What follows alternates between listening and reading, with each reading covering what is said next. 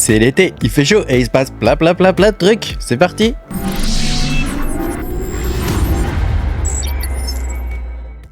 Bienvenue les copains dans cette mini news numéro 40, et oui déjà la 40e quand même. Pense à mettre un petit pouce bleu et à t'abonner à la chaîne si t'es pas abonné. Je te rappelle que tu peux me soutenir en allant sur patreon.com/makertronic, tu pourras avoir une grande partie de mes vidéos en avance. Voilà, merci à toutes les personnes qui me soutiennent. On va pouvoir commencer, donc c'est l'été, tu vois, on crève de chaud, tout ça. Nos rigs, ils en peuvent plus, ils sont dans la chaleur. Difficile à évacuer la chaleur, c'est l'ennemi numéro 1 du mineur. Alors, qu'est-ce qui s'est passé depuis ces 3 dernières semaines, Et oui, ça fait 3 semaines que j'ai pas fait de mini news. Et ben, on va voir ça dans cette vidéo. C'est parti, tu vois, il y a eu plein de trucs. Alors déjà, au niveau des éléments macroéconomiques, comme tu peux voir, le SP500 continue de surperformer, il est à fond. Donc là, on crève, on est encore sur un nouvel ATH. Dans chaque vidéo, le SP500 fait un nouvel ATH. Donc pourquoi les cryptos ne suivent pas le rythme, alors que normalement c'est quand même pas mal corrélé. En tout cas, quand ça plonge, les deux plongent. Quand ça monte, il y en a qu'un qui monte. Donc il y a un truc à la con quand même là en ce moment. Tu vois ici au niveau du dollar index, tout est bon pour nous. C'est en train de baisser encore. C'est toujours dans son range. Donc là-dessus pour nous pas de souci. Je te rappelle que le SP500 c'est bon pour nous quand ça monte. Et puis le dollar index, tant que ça se maintient, c'est bon pour nous aussi, avec les élections en plus américaines qui se profilent à l'horizon là. On va en parler un petit peu d'ailleurs, juste après. Voilà quoi. Ici, tu vois, le total market cap des crypto-monnaies, on peut voir que il est reparti en phase ascendante. Donc pour nous, c'est très bon ça. Ça veut dire que le Bitcoin et tous les altcoins et toutes nos crypto-monnaies vont continuer de monter, et surtout les altcoins. Et oui, regarde ça. T'as vu hier ce qui s'est passé, enfin cette nuit. T'as vu cette nuit ce qui s'est passé. Il y a quelqu'un il y a eu un attentat sur Donald Trump, malheureusement. Et quelques minutes après, il y a un florilège de crypto-monnaies qui ont commencé à sortir. Alors c'est du comique de situation, on va dire, mais The Air Stay On, tu vois, l'oreille reste en place. Tu vois, c'est le nom de la crypto, quoi. Trump with ear, l'oreille de Trump. Trump bullet, la balle de Trump. Enfin, tu vois que des trucs comme ça. Je t'ai pris un screen hier soir. Un screen vers 4h du matin du truc, tu vois, Trump attaque, Trump défie la mort, le poing reste dans l'air, tu vois, ce genre de truc. Make ear great again, faites que l'oreille reste grande encore. Et alors, ce qui est impressionnant, tout ça c'est sur Solana. Ce qui est impressionnant, c'est les volumes. Sur ces cryptos à la con, il y a des volumes de ouf, quoi. Regarde, 4 millions, 11 millions, tu vois, with ear, 11 millions, quoi. 11 millions. Il y a 2 with ear. Non mais c'est n'importe quoi, vraiment. C'est un truc de dingue, quoi. 11 millions, tu vois, ici, là. Bon, alors c'est en train de se calmer quand même un petit peu au niveau des cryptos débiles comme ça, mais quand même, c'est quand même un petit peu flippant, tu vois, ce genre de truc, quoi. Ce qui est à mourir de rire quand même, c'est les noms, quoi. Bon allez, on passe aux news, on passe au reste des trucs. Donc le gouvernement allemand a quasiment fini de vendre ses bitcoins. Donc apparemment il aurait même fini. Donc il a plus de bitcoin. Donc tant mieux pour nous. Ça nous fait une plaie en moins à passer. Et c'est la même chose pour l'État américain. Visiblement qu'il y a pas mal de bitcoins aussi. Ils sont en train de les vendre. Alors après, tu sais, pour MTGOX, l'exchange qui s'était fait hacker, où il y a 200 000 bitcoins. Apparemment il y en a 50 000 déjà qui ont été distribué d'après ce que j'ai cru comprendre. Donc est-ce que les gens vendent, est-ce que les gens conservent? Je ne sais pas. En tout cas, le prix du Bitcoin à l'heure d'aujourd'hui, là maintenant, il est aux environs de 60 000 $. Donc c'est reparti. Est-ce que cette histoire de Trump, d'attentat de Trump, est-ce que ça va pas relancer le bull run? Va savoir, parce que s'il le relance en plein été comme ça, alors qu'il n'y a personne, ça serait incroyable. Moi, je m'attendais plutôt à ce que ça redémarre aux environs du 15 août, tu vois, entre le 15 août et le 15 septembre. D'habitude, chaque année, c'est dans ces eaux-là. Est-ce que ça va encore redémarrer en avance? Va savoir. Celui qui vivra verra. Alors Tangem va introduire une carte Visa pour son wallet, je te rappelle, je t'ai présenté le wallet Tangem, avec le code Mechatronic, tu as 10% si ça t'intéresse. Et c'est pas mal le Tangem, ça se fait avec le téléphone, c'est vraiment très facile et très simple à prendre en main, beaucoup plus simple que le OneKey que j'ai, mais que j'aime bien en avoir deux moi, 2 ou 3. Alors, autre chose, tu sais, sur Solana, il y a Van Eck qui a déposé une demande d'ETF sur Solana. Alors effectivement, c'est une news qui date du 27 juin, mais je te la mets quand même, parce que voilà, ça fait 3 semaines que j'ai pas fait de mini news, donc faut bien que je te ressorte tous les trucs les plus importants quand même, quoi. L'exchange crypto DMM japonais s'est fait hacker de 305 millions de dollars, t'imagines? 305 millions de dollars. Apparemment, le hacker serait en train de rendre les cryptos. Apparemment, alors à confirmer, mais ça serait en train de se résoudre cette affaire. 305 millions de dollars, c'est énorme, tu te rends compte, c'est pas les petits hacks qui viennent hacker ton PC et tout ça, là, c'est les gros hacks. Il y a quelques jours, moi j'ai perdu toute connexion à internet, je me disais qu'est-ce qui se passe? En fait ce sont les OpenDNS qui, suite à une plainte de la France, a décidé de bloquer toutes les adresses IP françaises.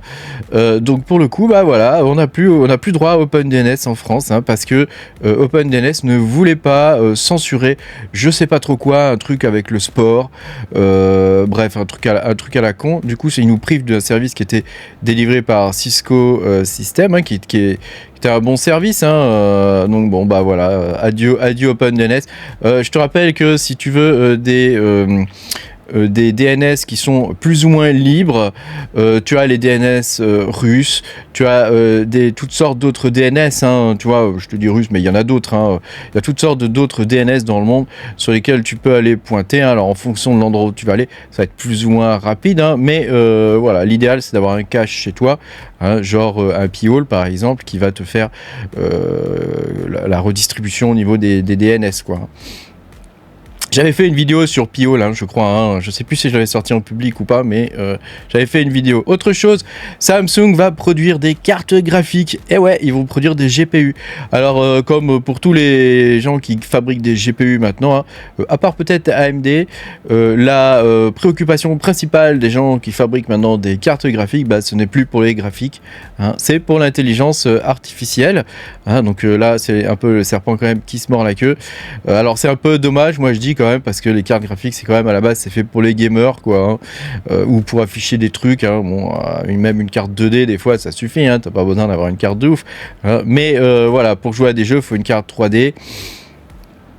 Et voilà, comme tu peux le voir, ils sont tous en train de s'y mettre, Intel, Moortrade, une société chinoise, maintenant les Coréens, il manque quoi? Les Japonais.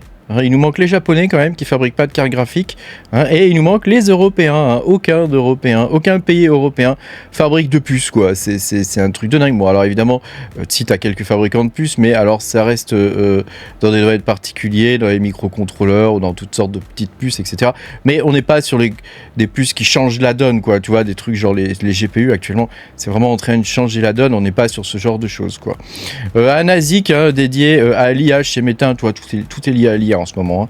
Un ASIC, alors tu vas voir qu'ils vont réussir à nous sortir des ASIC pour l'intelligence artificielle et qui vont planter Nvidia. Nvidia qui fait tout son beurre actuellement, c'est la société numéro 1 au monde en termes de capitalisation. Il fait tout son beurre grâce à l'intelligence artificielle. Il est en train de chier sur les joueurs, sur les gamers, en disant oui, c'est plus notre créneau essentiel, etc. Avec des ASIC qui arrivent, t'imagines, ça va changer la donne. Peut-être que chez Meta, ils sont plus intelligents que les gens qui se mettent à créer des nouveaux GPU, etc., d'essayer de suivre la donne. Va savoir, seul l'avenir nous le dira, comme d'habitude. Goldman Sachs se lance dans les cryptos, ça y est, il était temps, ça fait des années qu'ils crachent sur les cryptos, donc on se disait bien qu'ils allaient se lancer à un moment ou à un autre. Tu sais, ces gens-là, faut toujours comprendre l'inverse de ce qu'ils disent, quoi. Et un peu comme BlackRock qui disait oui, le Bitcoin c'est de la merde, etc. Au final, ils y sont à fond maintenant, tu vois, donc faut toujours comprendre l'inverse de ce qu'ils disent. Et maintenant qu'ils y sont à fond, il faut se poser d'autres questions, quoi. Mais bon, ça pourrait faire l'objet d'une autre vidéo, ça.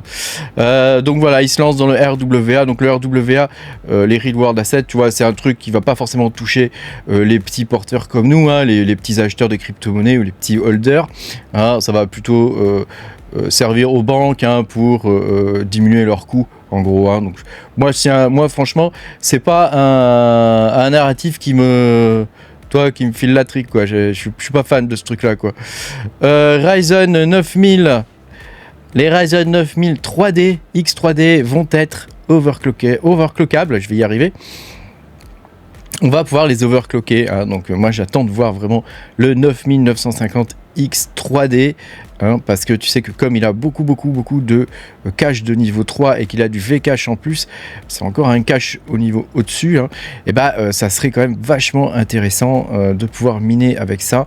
Actuellement, les 7950X 3D sont pas géniales quand même, parce que tu vois, au niveau de l'undervolting et tout ça, c'est difficile, donc moi je prends que des 7950X tout court, parce que t'as pas vraiment la main sur le truc. Donc il y a des cryptos où ça va bien se comporter, d'autres cryptos où ça va être moins bon, et ça coûte quand même plus cher, donc par contre le 9950X 3D, si il y a moyen de l'undervolt et tout ça, de faire la même chose que ce qu'on peut faire sur des processeurs classiques, ça pourrait être vraiment tip top, quoi.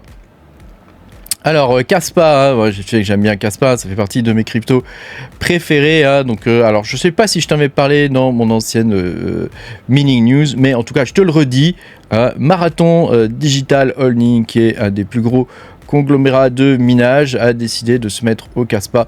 Donc ça, c'est évidemment un signe fort sur cette crypto-monnaie, que il va y avoir une adoption, en tout cas au niveau des mineurs, des plus gros mineurs. Sachant que Kaspa a lancé son protocole KRC20 en bêta. Je précise quand même qu'il n'est pas lancé en version finale. Donc le lancement, il est quand même en demi-teinte. Au niveau de la blockchain, il n'y a pas de problème. Les TPS restent stables. Par contre, au niveau de des fronts et tout ça qui permettent de gérer, tu sais, c'est tous les sites web, en gros les fronts, qui permettent de gérer toute la partie KRC20, ça a un peu du mal. Donc pour l'instant, je sais même pas s'ils ont pas arrêté le truc, on n'en entend plus trop parler, alors que pourtant c'est quelque chose qui est essentiel à l'avenir de Kaspa, je pense. Donc on verra bien ce que ça va donner, ça et les smart contracts, c'est quand même quelque chose d'assez important quand même, sinon les gens vont rester sur Solana ou sur Ton, Ton qui à mon avis va pousser de ouf. D'ailleurs, on va en parler de Ton avec Hamster Combat. Tu vois, moi, regarde, j'ai mon petit Hamster Combat ici. J'approche des 100 millions ici et je suis à 2,6 millions. Je fais mes combos quotidiennes, tu vois, je fais tous les trucs que je dois faire tous les jours, et voilà, je mine, puisque nous sommes des mineurs dans ce jeu. Donc là, il y a la finale qui arrive bientôt, donc voilà, oublie pas de cliquer partout, clique sur tous les trucs. J'aimerais bien atteindre le rôle, tu vois, il y a Master, le rôle suivant, je l'ai presque atteint, de grand maître, n'est-ce pas? Le rôle de grand maître avec plus de 100 millions. Je ne sais pas si ça joue dans l'airdrop, mais je voudrais au moins atteindre ce rôle-là. Voilà, on verra bien ce que ça va donner. Sachant que le site était down hier soir. On pouvait pas se connecter au jeu, donc voilà, on fait comme on peut, depuis c'est reparti évidemment, mais voilà, on fait comme on peut. Il va y avoir une seconde saison à ce jeu, après le premier airdrop, qui à mon avis va être un airdrop vraiment très sympa, je pense. Je pense pas qu'on soit déçu, parce que vu les thunes qu'ils engrangent, à mon avis, même si tu vois, ils disent il y a 200 millions d'inscrits, mais de vrais joueurs, etc., combien il y en a en vrai, peut-être 100 000, 200 000, on n'en sait rien. Donc des gens qui jouent vraiment et tout ça. Ou peut-être que l'airdrop va être cool, on verra bien ce que ça va donner. En tout cas, celui du Notcoin était cool, donc je vois pas pourquoi celui-là serait pourri. Ici, tu vois, on a le Ton, je te montre quand même le Ton. Le Ton ne connaît pas la crise, comme tu peux le voir. C'est la fête. Et ça continue, lui, pas de problème, il baisse pas. Tout va bien pour le Ton. Donc je te dis, l'environnement qu'il y a autour de le Ton, tous les jeux là qui sont là, il y a d'autres jeux d'ailleurs. Tous ces tap to earn, tous ces trucs qui sont là en fait pour te faire rester sur la blockchain Ton. J'ai fait une vidéo à ce sujet, et donc sur Telegram, tout ça crée un écosystème qui est pas mal, et qui à mon avis participe fortement à l'adoption au niveau des crypto-monnaies, je pense. Alors ALBox 2, un nouvel ASIC va sortir de ces gold chain, évidemment, qui le sort pour Alephium. Alors par contre, regarde, hein, ce qui est la donnée la plus intéressante sur les ASIC, hein, c'est ça, hein, c'est le 0,5 joules par gigahash. C'est ça la donnée la plus importante. Et quand on regarde par rapport à l'ancien, c'est 0,5 joules par gigahash. Donc pour moi, ils ont mis 2 cartes quoi, dans l'ASIC. Et c'est tout quoi. Ça s'arrête là quoi. Donc à combien ils vont le vendre? Le double du prix? Et ça serait pas une arnaque ce truc, hein? Est-ce que ça serait pas une arnaque de Goldshell? Je ne sais pas. En tout cas, pour l'instant, ce sont les seuls à produire des ASIC pour Alephium, comme le cours d'Alephium est quand même pas fantastique. Est-ce que Bitmain va se mettre à Alephium? Bah on verra bien, hein. En tout cas ça serait bien, hein. Ça sauverait le coin je pense, hein, parce qu'on a vu déjà des coins comme ça, comme le Cadena, hein, qui s'en sont pris plein la poire, hein, avec les ASIC, ils se sont fait défoncer, ils se sont fait rincer. Cubic qui se fait rincer aussi, hein, par les mineurs, hein. Cubic, c'est dommage, c'est un chouette projet, mais vraiment il se fait rincer par les mineurs, hein. Ou alors c'est qu'il y a un truc pas clair derrière quoi. Parce que franchement, je vois pas pourquoi ce coin-là se ferait rincer comme ça, hein. Donc listing, hein, de Cubic sur Change, hein. Change, tu sais, on le retrouve souvent intégré à l'intérieur de Wallet, hein. Par exemple sur Tangem, quand tu veux faire un swap à l'intérieur du wallet, tu passes par Change, tu vois. Ici, il est listé toujours Cubic, hein, il y a une série de listings sur Cubic, c'est ouf. Cubic qui est listé sur Bitpanda, Cubic encore qui est listé sur BitGet, hein, tu vois, ça arrête pas, hein, les listings. Voilà, le concurrent, hein, de Cubic, le Dinex, qui finalement, Dinex se porte pas trop mal, hein. Ils continuent leur progression, hein. Il est disponible maintenant sur le marketplace AWS, hein, d'Amazon. Donc ça c'est plutôt une bonne nouvelle, hein. Je te rappelle, Dinex c'est une entreprise, hein. Ils essaient de s'étendre et ça se voit. Ils ont refait entièrement leur site internet, hein. Donc moi je reste toujours bullish, hein, sur le Dinex, hein. Ça fait partie des rares crypto-monnaies que j'ai conservées après mon hack, hein. Sur les conseils d'un ami d'ailleurs, hein, parce que je m'apprêtais à les vendre et puis il m'a dit mais non, les vends pas, attends un peu, hein. Donc c'est vrai que j'attends, on va voir ce que ça va donner, mais je reste confiant sur ce coin. Voilà, Zephyr Protocol, hein, qui passe en version 1.2, hein, fallait quand même que je te donne la news, voilà. Et puis la grande nouvelle, hein, du monde du minage de garage, hein, ça a été le switch de Xelis vers Xelis H V2, hein. Donc évidemment tous les miners se sont mis à jour derrière, hein, on va les voir ensemble, hein. La bascule, le hard fork, hein, s'est bien passé, il n'y a pas eu de problème, il y avait en plus au niveau des mineurs une transition automatique, hein.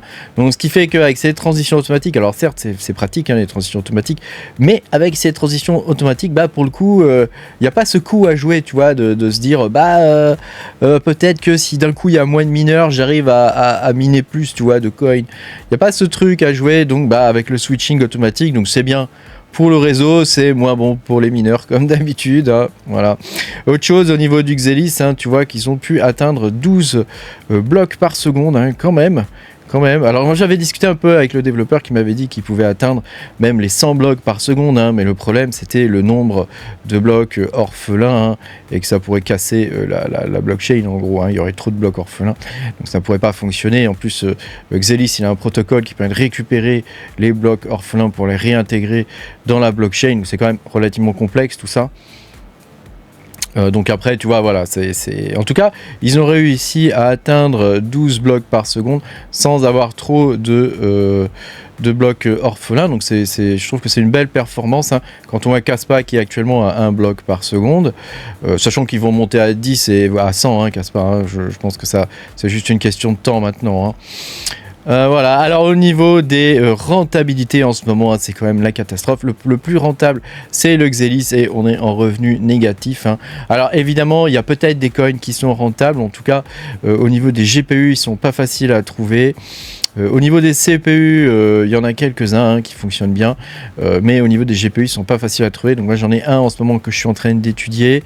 Je l'ai donné à quelques personnes, on est en train de regarder si c'est viable ou pas. Et si c'est viable, je vais le donner, hein, parce que c'est quand même une période assez difficile. Voilà, et au niveau des miners, hein, donc ils se sont tous mis à jour évidemment pour le Xelis HV2, hein. Donc on a SRB Miner Multi évidemment, hein. Donc lui, il s'occupe plus de la partie CPU, hein, puisque maintenant on a quasiment une égalité entre les deux. Hein.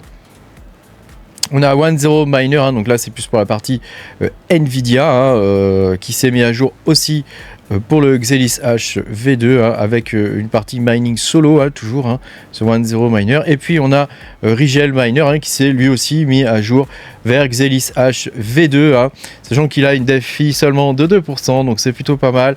Donc ça fait une défi globale de 10%, hein, puisque tu sais que le développeur se prend 10% sur chaque bloc. Donc bon, j'imagine que c'est pour pousser le coin ou quelque chose comme ça. Voilà. Et on peut miner en plus du ZIL, hein, avec du Xelis, donc bon, pourquoi pas. Merci beaucoup d'avoir regardé cette vidéo. Pense à mettre un petit pouce bleu et puis à t'abonner à la chaîne si t'es pas abonné. Passe de bonnes vacances, hein. Merci encore à toutes les personnes qui me soutiennent. Et moi je te dis à bientôt, hein, pour de nouvelles aventures. Salut.